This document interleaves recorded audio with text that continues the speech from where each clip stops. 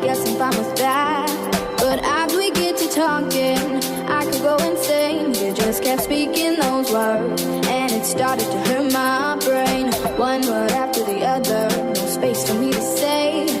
Sorry, but I'm gotta go. We'll talk another day.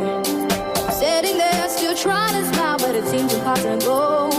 Cause honestly, I was getting tired of words. Don't want them anymore. Words. How could I deal with them before? It's like they've taken over and there's nowhere I can hide. What good do they bring? Never fix anything. Words. Don't want them anymore. Words. How could I deal with them before? It's like they've taken over and there's nowhere I can hide. What good do they bring? Never fix anything. So as you can see, that's why I'm not speaking. Words.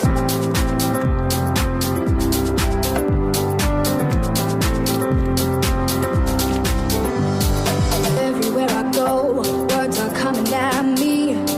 From on the radio and on the TV.